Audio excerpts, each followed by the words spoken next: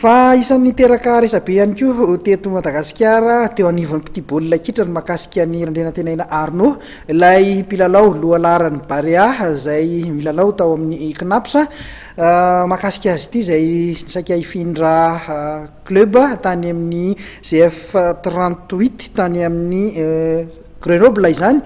Dia nisy moa ny olana izay tsy fataterahany izay fifindrahany izay fitiny namana Zakino ao anatin'ity fanadihadiana ity ny zava-nisy makasika ny Arnaud. Talata tolakandro teo no nigadina teto Tandrazana Yayana Arnaud randehanantenaina rehefa avy nanao fitsapana tany amin'ny ekipan'ny Grenoble 38 tany a France. Atsaivina fa naharesy lahatra ity ekipa frantsay ity ny faiza manao an'ity lohalarany Barea ity saingy ny olana teo amin'ny taratasy fifindrana no tsy naharaikitra ny filalaovany tany etoerany.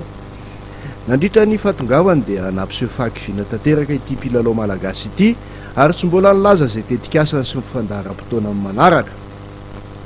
Nanambara moa i Arnaud fa samy manonofy ilalao any Eropa avokoa ny mpilalao malagasy eto toerany. Efa teo ambaravarany izany lalan'izany anefa izy ny anjery noho ny olana ara-taratasy avy aty Madagasikara. Tetsakilan'izay dia anampanatson'ny ministeran'ny tanora sy ny fanatanjahantena ny federasiona malagasy mibaolina kitra sy ireo ekipa telo nandalovany Arnaud dia ny FCAZ, Jesaya, Knapsa Sport mba hitady marimaritra iraisana andaminana ny raharany alatsilain'ny tolakandro teo.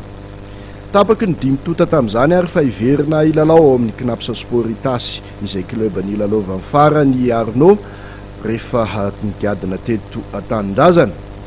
Faharoa manarak'izay dia iarahan'ireo club telo ireo mikarakara ny mety ho fifindrahany Arnaud any amin'ny club any ivelany raha misy izany amin'ny manaraka. Tsy misy club afaka manapaka irery arak'izany tao rin'ity fifanarahany ity. Ary farany dia atao anatrehan'ny tompon'andraikitry ny FMF avokoa ny fifanarahana rehetra.